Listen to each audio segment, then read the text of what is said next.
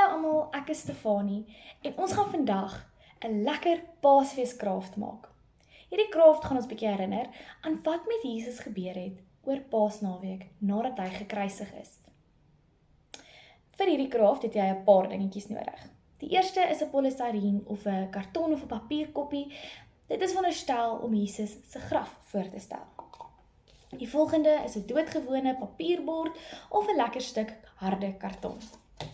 Jy gaan ook 'n kersie nodig hê. Dit gaan Jesus se liggaam voorstel en 'n lighter waarmee ons nou die kersie gaan aansteek. Jy gaan ook gom, 'n opgevrommelde papier om die klip wat voor Jesus se graf was voor te stel en een enkele blokkie toiletpapier. Die eerste ding wat ons gaan doen is ons gaan gom aan die kant van ons polystyreen koppie smeer en dit op ons papierbord vasplak. Hierdie is 'n goeie voorstelling van hoe die grafte in Jesus se tyd gelyk het. Hulle het nie gate in die grond of nissies gehad soos wat ons vandag het nie. Hulle grafte was meer soos 'n tipe van 'n grot of 'n gebouetjie waarin hulle iemand se liggaam neergesit het.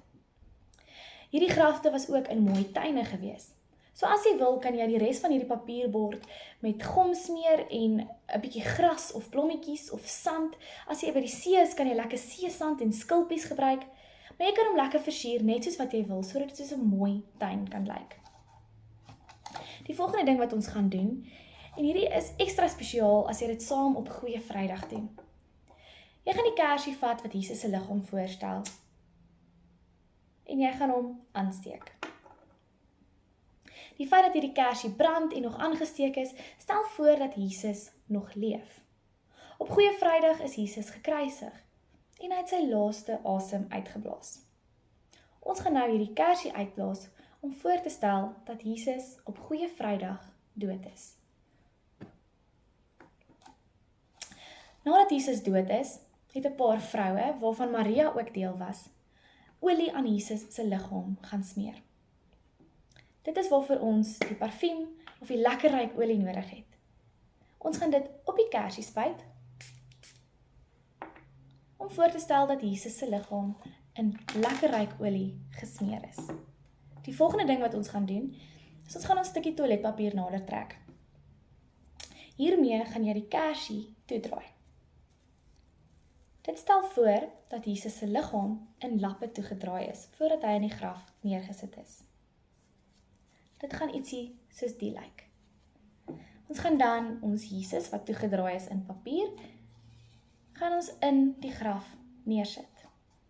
Jy gaan nou jou klip nader trek en so voor die graf se deur gaan neersit.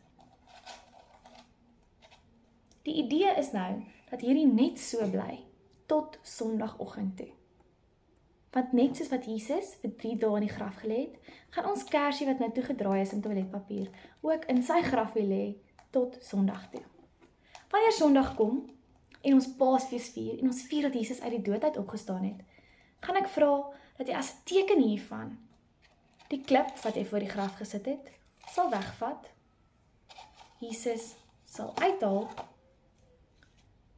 die doekie van hom af sal haal en terug sal sit in die graf. En laaste, dat jy die kersie weer sal aansteek. Hierdie is 'n teken dat Jesus uit die dood uit opgestaan het. Maar dit het nie daar gestop nie. Jesus leef nog steeds vandag. En hy kan leef in jou hart. Al wat jy hoef te doen, is om te glo en om weer in jou hart in te nooi. Mag hierdie eenvoudige kraft 'n teken wees en iets tasbaar wees vir jou, om te beleef wat oor Paasnaweek gebeur het.